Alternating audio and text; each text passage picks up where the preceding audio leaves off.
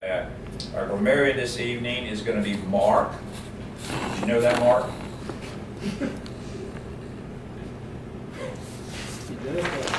Yeah, I did not know that. Okay. Can you assume the role of grammarian and maybe give us a word? Sorry to surprise you, but Okay. The word is visceral. visceral. Yes. Okay.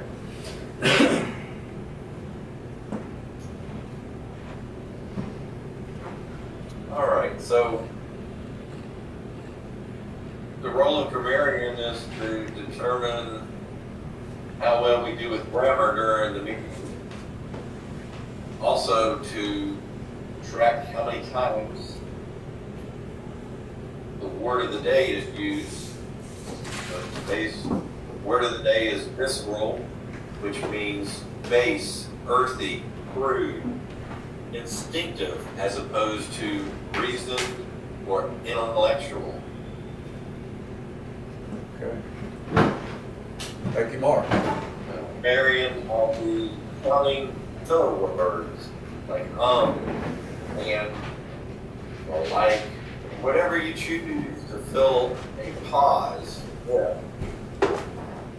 Back of that as well. Okay, thank you. And our table topics person for this evening is Maurice. Maurice, can you tell us what the table topics? Yes. Table topics are 1 to 2 minute impromptu speeches. You're not going to know what the table topic is before you get started. But I will tell you what the theme is. That's table topics. Okay. And our general evaluator this evening is Kendrick. Can you describe that role? Yeah, the role as general evaluator, basically with the assistance of the evaluation team, the general evaluator evaluates the meeting as a whole, and then we have the grammarian, the timer,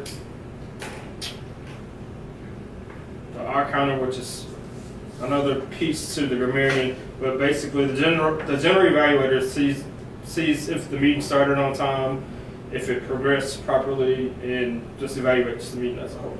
Very good, very good. Okay, and it looks like this evening we have one speaker, and it is Lawrence Crompton. And the subject of his speech is coaching, and I understand this will be sort of a role-play deal. And at this point, I'll introduce Lawrence. Come up here and give us your best. Thank you, thank you.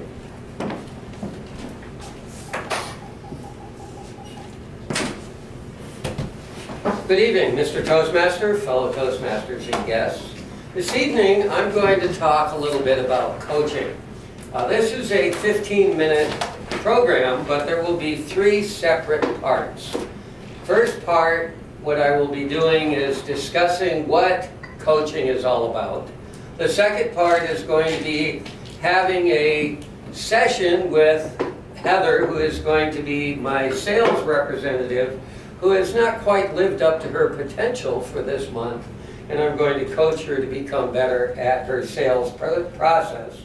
And then the third part is going to be where I get feedback, and feedback is going to come as part of anything that anyone in the audience has that can offer information to me on what they think I could have done better or anything of that sort.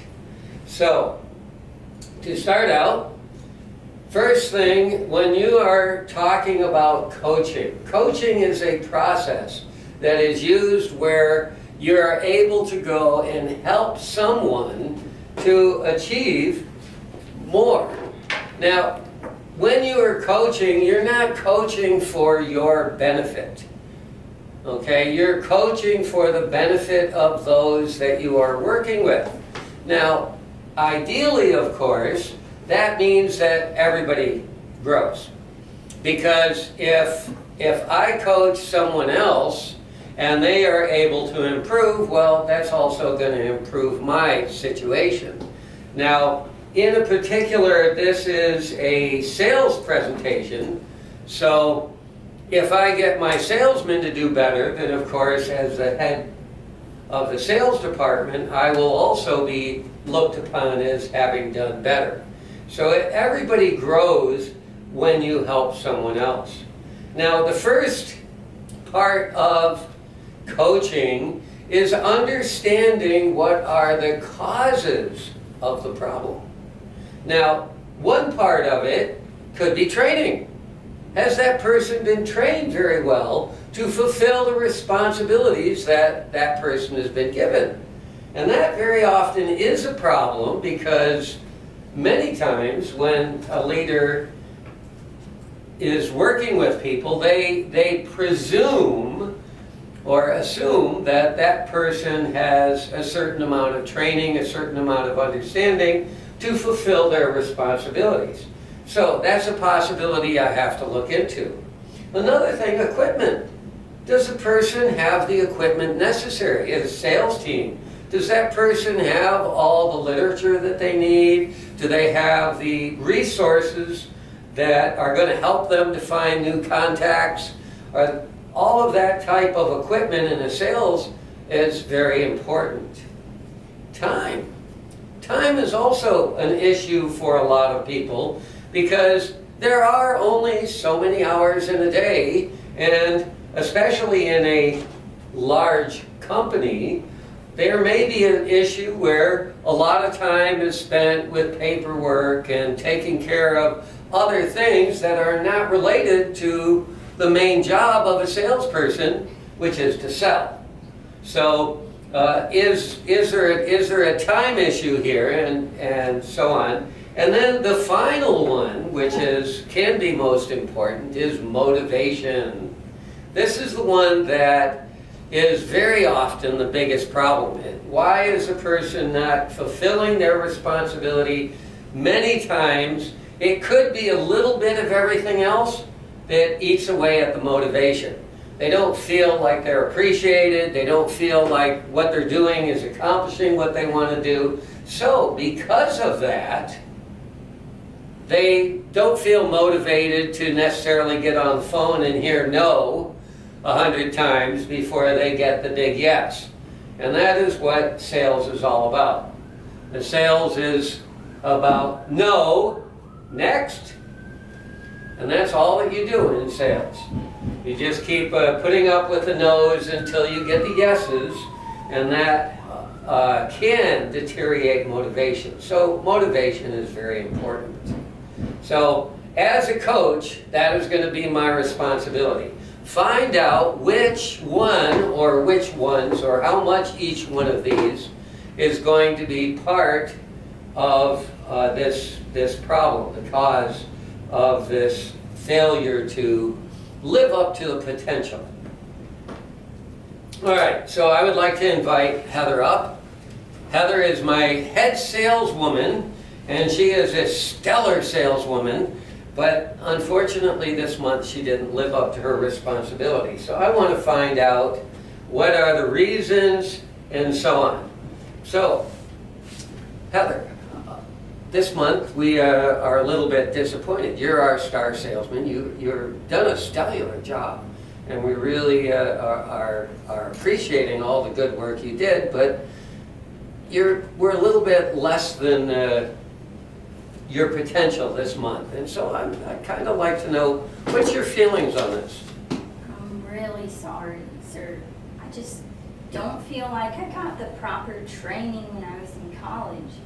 You take all these courses and everything, but it's not really like the day-to-day environment of this job. It's a totally different setting.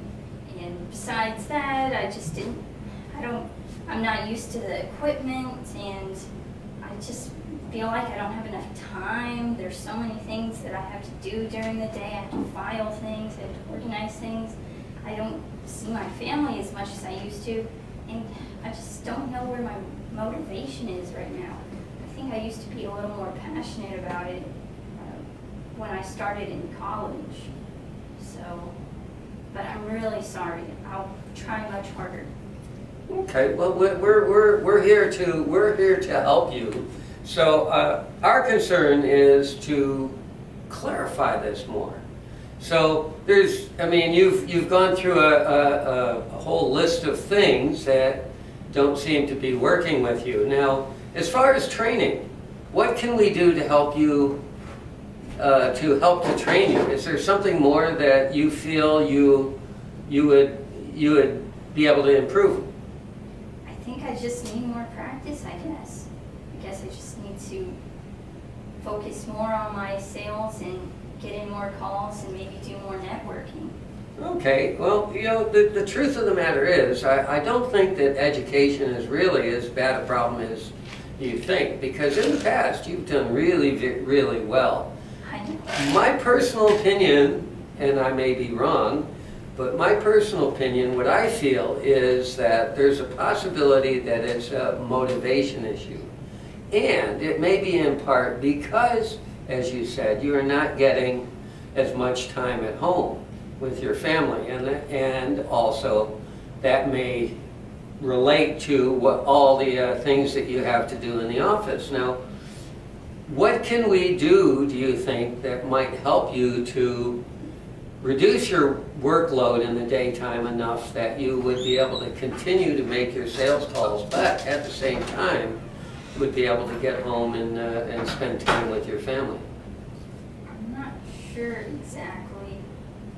Maybe I could have more breaks, or maybe a bigger lunch break, or maybe if I get a certain number of sales, we could talk about that raise. That would motivate me. Well, we do have a fairly decent bonus program. Maybe I need to educate you better about our bonus program. I didn't hear about that. Okay. Yeah, we do have a very good bonus program, and if you do make your monthly goals, and you created your own goals, so it's not like I'm pushing you too hard, I hope, but you made your own goals. If you make those goals, there is a bonus program, and I will send you an email about all of that so that you can be more clear about it. But also, I think that more lunchtime and more break time is not necessarily going to get you home with your family.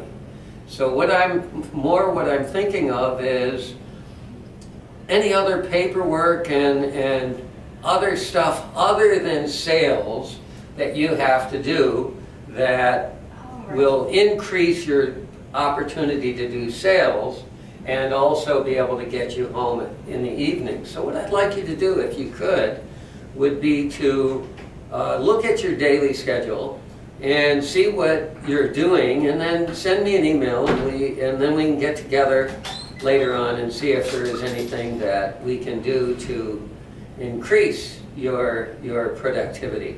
So does that sound good to you? Do you think that will help? That sounds great. I think that will definitely help. All right, Heather, thank you very much. Thank you very much. I'm really looking forward to next month. I Me think too. you're Yes, going to do sir. it. Thank you. All right, so in this session, I tried to determine, first of all, what were the reasons for her not being able to live up to the potential, okay, to her potential. And again, her goals, it was her goals, not mine. And then I tried to voice my concerns and the concerns of our company, and come up with and agreed actions. So, and finally, at the end, if you notice, the follow-up and the praise. I've made arrangements to send her emails, to receive emails from her, and to be able to follow up and set up another meeting later on to continue with it. And then, in the end, I also praised her for what she's doing, and hopefully inspired her to be able to feel like I appreciate the work she's doing, whether she reaches her goals or not. I hope that she felt that. Now, as far as feedback, when I talked to her, I very much tried to be non-judgmental. I didn't say, you know, well, you could have done better, you were this or you were that, but it's, well, my feelings are that we could work on this. My feelings are we could work on that. I'm hoping that you will help me and so on. So it was trying to be non-judgmental. I statements instead of you statements very much show a lack of judgmental of judgment in that issue. And then finally, don't use emotion. I didn't get all emotional. Well, why didn't you do it? Because of course that is counterproductive to this kind of coaching. When you're very emotional, there is times for heavy emotion, but in a coaching situation like we set up, that is not the time for that emotion. If you're standing on the sidelines in a basketball game and somebody doesn't do what they want, and you jump up and down and scream and holler and yell, well, that may be the right time for emotion. But when you're on a one-on-one, that is not it. So to conclude this session, I would like to know if there is anyone who has any kind of suggestions or any comments on what surpassed and how we could possibly do it. Yes, go ahead. I thought it would have been good if you would have asked her what would motivate her to do better at the job. So like she told you she wasn't motivated. So, you know, within the confines of what you have for your job duties, what would motivate you, and let's determine that. Right. Okay, and well, I thought about that, but then it sounded like the way she expressed to me was her family, her paycheck, and less work and more time for herself. So I tried to address those. I tried to address the money because she was not aware of the bonus program. And I tried to address family by trying to bring up. But yes, I could have asked her more specifically what to do to motivate her. Thank you very much. Yes, and it was a good thing that she didn't get emotional in light of the fact that she's not motivated and she was desiring a raise at the same time.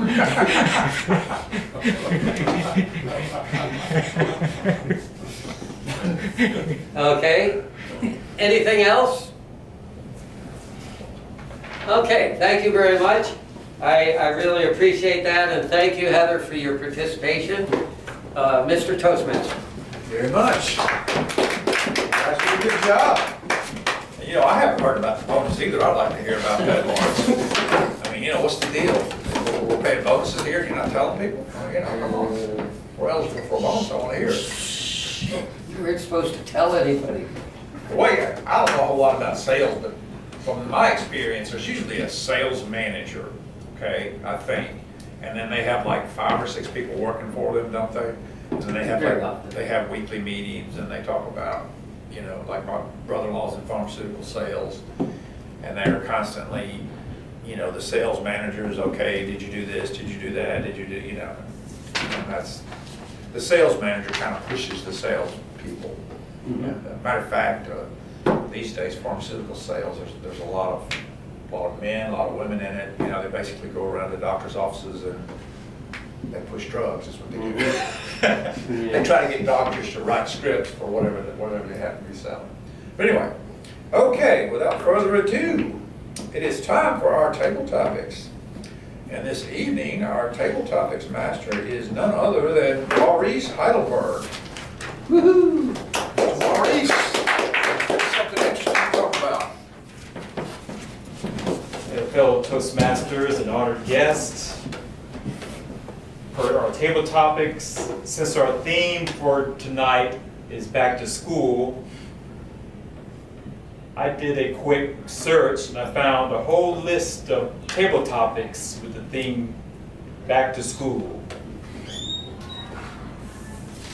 And I would ask, let me see if I should ask for, okay, I'll ask for a volunteer besides the speaker. Who, okay, Davis. Okay. Your topic is, why do you think the summer break should be just 1 week instead of 3 months.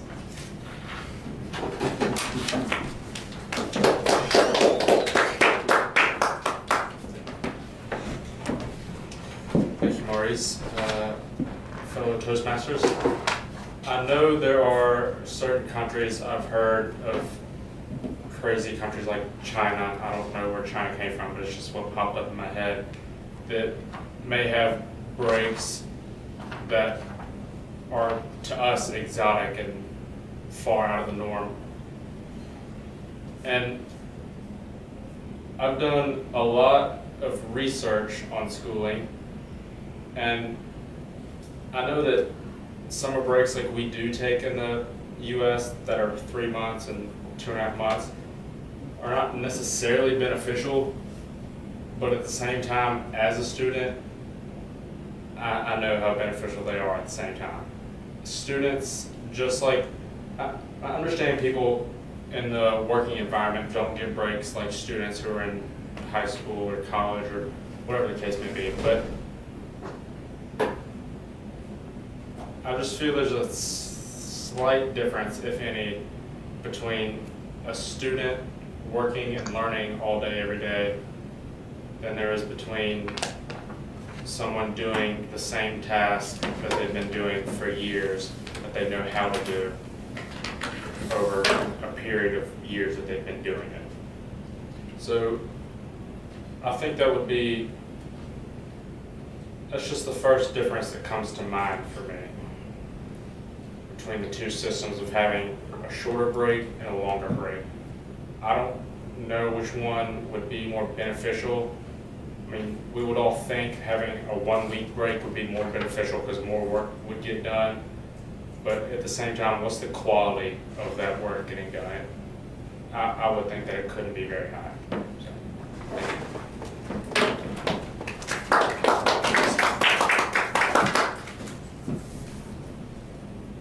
Okay, next volunteer. Okay, Cody. Your topic is, what was the most costly back-to-school item that you ever got?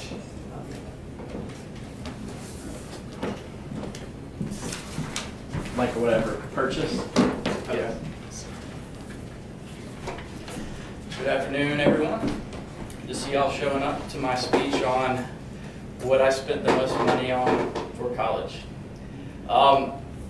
The item that probably cost the most money for me throughout my history of schooling that I purchased myself would be the TI-89 calculator. So I had to get this calculator for my engineering classes. It enabled me to do all the differential equations and derivatives in my engineering advanced math classes slightly easier than the basic calculators that most people are familiar with. This calculator runs about $300 and can be purchased at your local Walmart or Best Buy. I never had to buy a laptop for myself. Luckily, I had nice parents that gave it to me, gifted it to me. So that is the most expensive thing that I've paid for school. Thank you.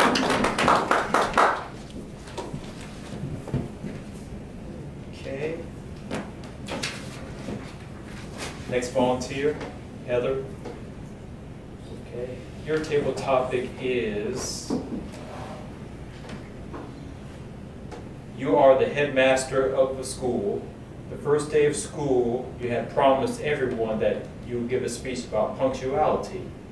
You are late by 15 minutes. How would you start your speech?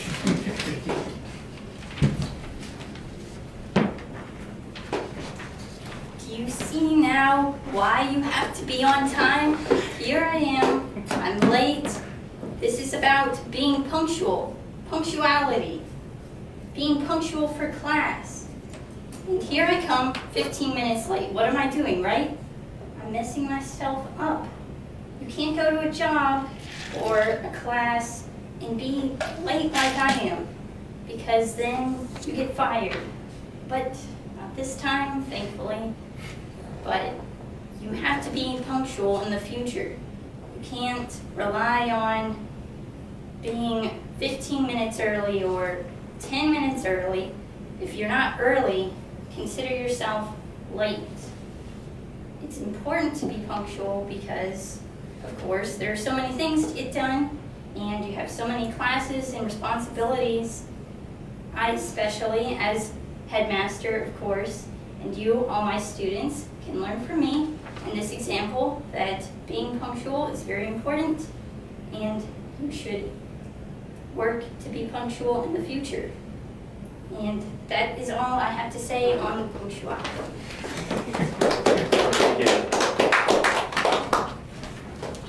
Okay, between Mark and Kedrick. Mark? Okay, Mark. If you are the President of the United States for just one day, what are some of the changes that you would bring in our education system?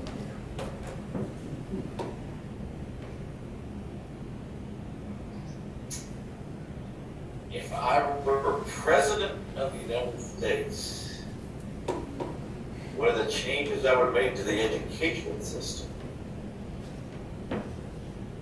I'll be honest, the education system, although important, would be my number one priority. That's it. The education system for the day. I would focus on educating the people that are going on to college, type of education, post high school, that they need to look at the value of that education. No reason to go $40,000 in debt. Masters in puppet history have heard me speak before on education and student loans know that's my favorite story, where a school teacher in the New York City school system had a good job and decided he would go back to school, stop working, and get student loans of $40,000 to get a master's in puppet history. There's no reason to go into debt to get a college education. And a college education is not the best way to make money. My wife's uncle just barely got out of high school, never went to college, but he is a multi-millionaire because of and his self-education on how to work in the real estate market. So if I could only do one thing across the nation, I would stress to everybody to stay out of debt to get your education. Thank you. All right. Okay, Kedrick, your table topic is you are the owner of a local stationery store. Why would you think we should buy back-to-school items from your store instead of from Walmart?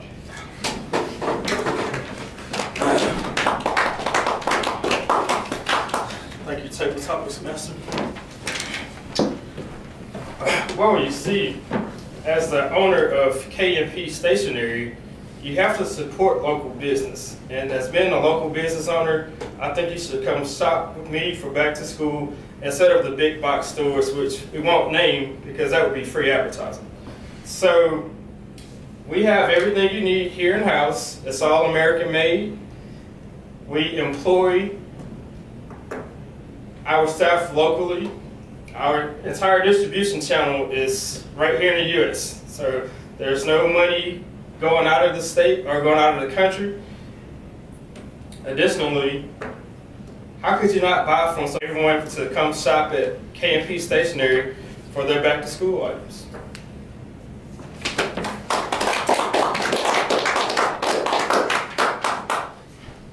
And that concludes our table topics for tonight. Toastmasters. Good subjects there. Gosh, I remember education, you know, going back to the first grade, that's 3 of the toughest years of my life.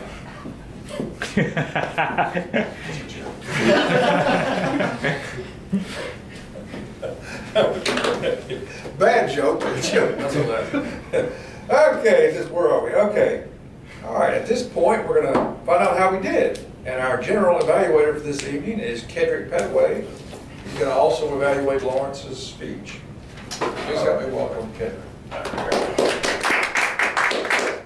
Mr. Toastmaster. Okay, let's make sure I have everything in order here for my evaluation. Who's acting as the timer this evening? This is Davis. Okay. All right, and then Mark is the grammarian. Is that correct? Yes. Okay. All right. So I'll start with our one and only speech this evening, which was given by Lawrence. The speech was a prepared speech slash coaching slash mentor. Is that what you call it? Yeah, Okay. Okay. we'll go there. All right. So based off of that, we have some criteria that we want to evaluate for the coach. And I'll just go down the list here. First question asks, how clearly did the speaker explain the coaching process? I thought it was well defined. You explained the process in great detail. You also gave us the benefits of coaching and why someone in that position would want to be coached or need to be coached. So the example that you used was I'm assuming you were the sales coach or sales manager, and you brought your employee in and said, hey, you weren't doing an excellent job. So that kind of ties into the next question, which is, what was preventing the person from performing satisfactorily? How did the speaker determine this reason? Heather told us basically that she wasn't motivated with the job and she didn't get to spend enough time at home with her family. I put that I like the use of the sandwich method. Basically, you said, you are typically one of our better sales employees, but this month you aren't doing so hot. What can we do to help you with that? So it wasn't a constant beat down, hey, you suck this month at selling. It wasn't that. So it was easy for someone to take your feedback or criticism and not get angry or upset with it. I thought you did a good job on that. How did the speaker work with the person to arrive at a solution? You gave her options and you explained one that she didn't know about, which is the bonus program. I think everybody in that position would be excited about the bonus program if they didn't know about it. So good job there. Did the speaker focus on describing behavior rather than evaluating or judging it? The answer to that is yes. And you found ways to help the person being coached become more effective.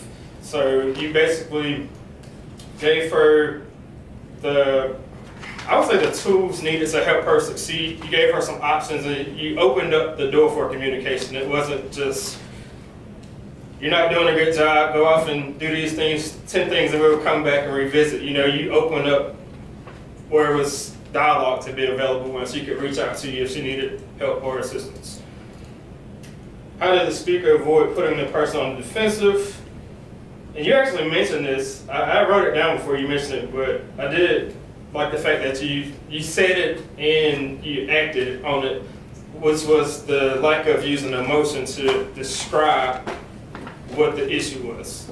Generally in a situation like that, I don't know if you've been in one like that, but usually there's some emotion on either side of the fence, and I thought you did a good job with, you had a very calm demeanor. You just explained it to her. Here are the options. What can we do to help you get to the next level type of deal. Another thing that I like that you used was the term I statements versus you statements. So it kind of, to me, it felt like you were propping her up and you were saying, what can I do to help you, instead of you need to go do these things to better yourself. So that was great. The final question, how effective was the coaching session? If you were the person being coached, would you be motivated to improve? I thought it was very effective, and yes, I think it would motivate me to improve. So, great job on the speech, Lawrence. Also, great job by Heather in assisting you with the speech. So that concludes my speech evaluation.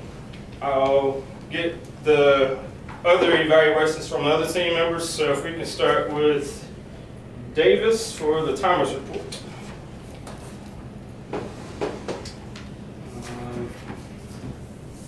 Let's see.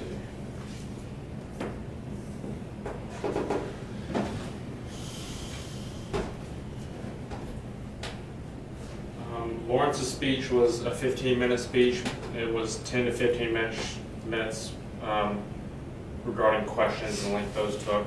His speech in total took 14 minutes and 22 seconds.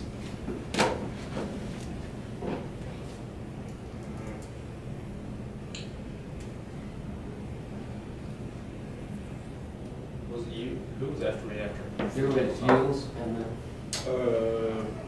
then Cody. Cody was, for his table topics, took a minute and 13 seconds.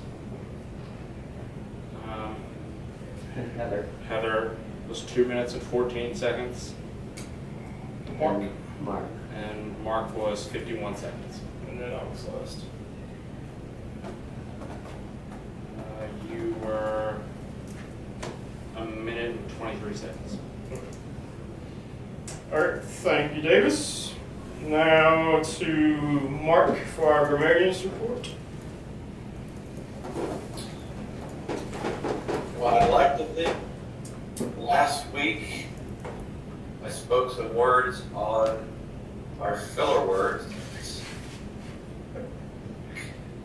that they inspired us, because tonight's meeting was a lot better than last week's meeting was as far as filler words. As far as the word of the day, I didn't mark anybody down as having used visceral in any of their speaking. Did I miss anybody? No. No. Is there anybody? Oh. Like I said, we did very well as a group. Edric only caught 2 ofs. Woody, I didn't catch any ofs, but I heard you say, anyway, okay. And I sort of marked that down as a it just didn't sound like. Anyway, that's okay.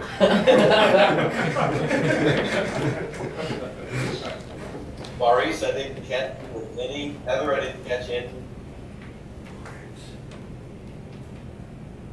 Heard 2. Davis, I heard. One thing I want you to watch. You had 3 times where you said, I. So you're not. So you just say I once. We had a double punch. Lawrence, you did very well, except in the coaching part of your speech. And there, I think, just forgot to control your mouth. You had 13 uhs. How many? 13. But it was in that second section where you coach Heather. It's all her fault. And one thing that made me cringe is you're talking to Heather, and you're saying, in my opinion, and then you said, I may be wrong, but in my opinion, so of course it's your opinion, you might be wrong, so you don't ever want to say I may be wrong.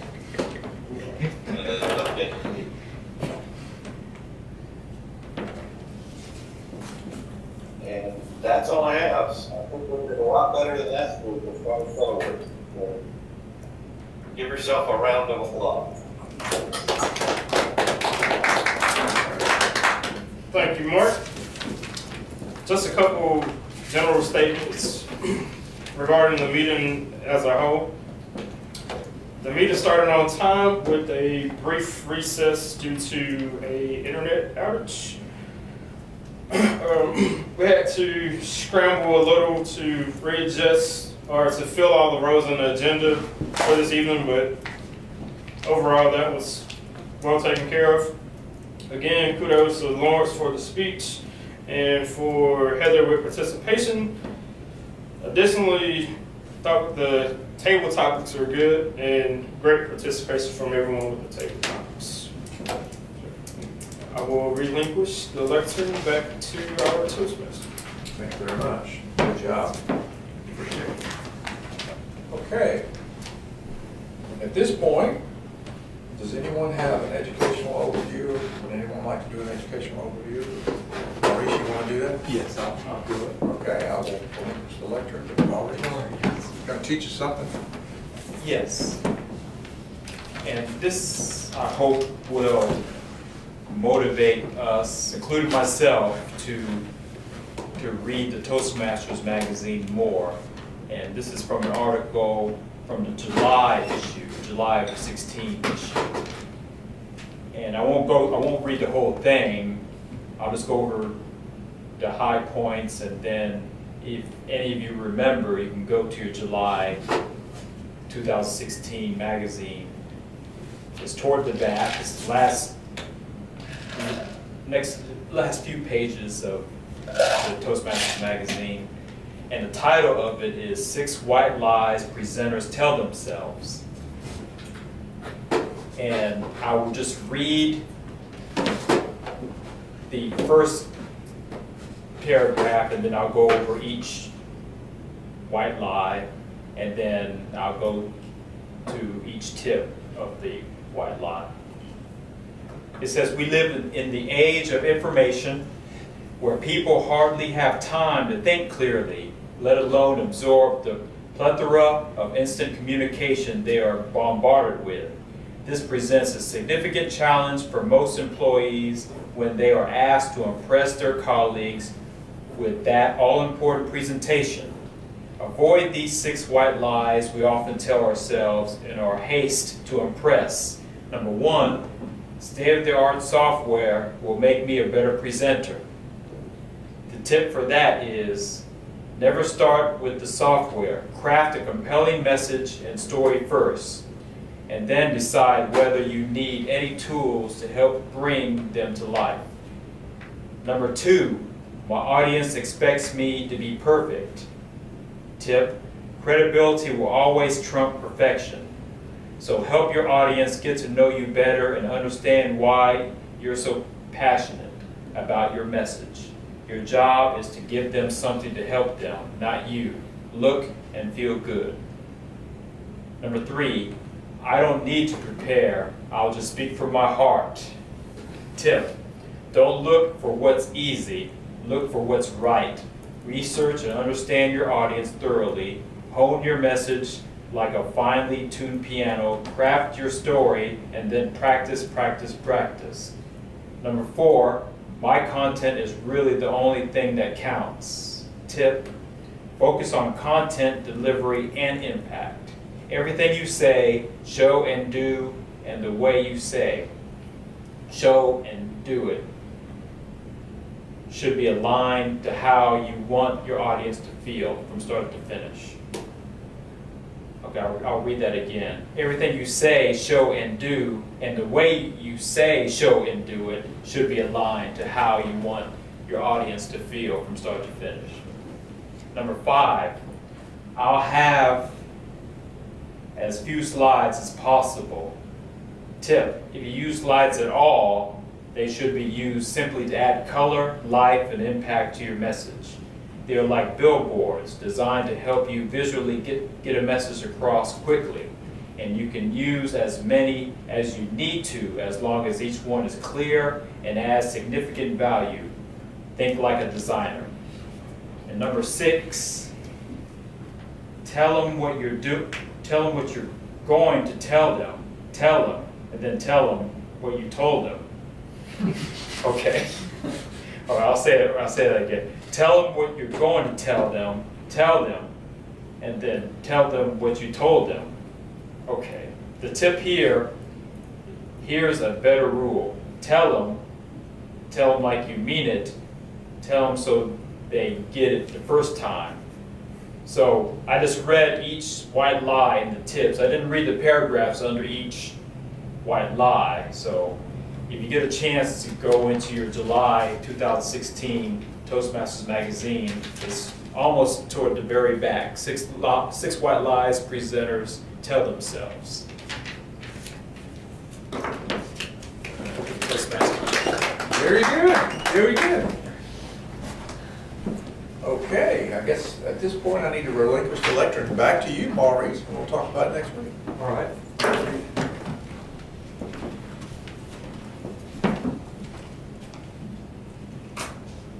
Okay, the Vice President of Education reviewed the agenda for next meeting. All right, the agenda for next meeting, unfortunately, we don't have much of an agenda for next meeting. Problem is that we have Brett going to be giving a speech, and that is the only thing I have set up for next week. I need to have you guys please try to get onto the website and request what you want to do during a meeting. I'll send you the email, an email with the proper website for, and the your sign-in for this, for the site. But I want you to please get on, please log in and put down what you request you need to do. Especially the newer people, if you look in your competent leadership magazine or manual, you can pick out the stuff that you need to get to the next level. So please do that for me, and that will make life a lot easier for me to figure out how to do this. Otherwise, I just, like this week, I pick out people randomly and everybody said no. And so then it turned out having to shuffle it again on Saturday afternoon to try to get things in there that would fit. And of course I had to use one of my pocket speeches to fill in the space, but I was ready for it anyhow, so that's okay. That's another thing I suggest, even if you are not scheduled for a speech, do your next speech, get it ready. Because someday I'll call you up and say, hey, I need somebody to speak this week, please help me out. And you won't have to say, oh, well, it's going to take me at least another 6 months to get my speech together. Okay? So if anybody has something they want to do, please let me know as quickly as possible, and I will get you on the list. Yes, sir? Table topics. You want to do table topics next week? You're in there. Yep. All right, anybody else have something they'd like to do for now, before we move on? I'll do a speech whenever you need me. Are you ready to do your first speech? I can put you in there for that. Okay, you're gonna have your first speech. Well, actually, second, huh? You already did your first one. Okay, so that's, I got you in as a speaker for next week. Anybody else have something they'd like to do? Not gonna be an evaluator or general evaluator or whatever. Okay, I'll put you in as an evaluator and a general. And because we are so short on members, I usually do that. Okay, so if I can find you in here. And, okay, and we'll, okay, anybody else? Going once? Going twice? Okay, I'll get you set up as soon as I can, and we'll move forward with that. Okay, anything else, Mark, you can think of? I think he just shook his head. He said no. Yeah, I got it. No, nothing. Well, actually, there's one thing. Did we vote on whether we're gonna have a meeting on Labor Day We did. or not? Yeah, we did last week, we voted not to. Okay. No meeting on Labor Day. Okay. Okay, just turn 8 o'clock. If nothing else, this meeting is adjourned.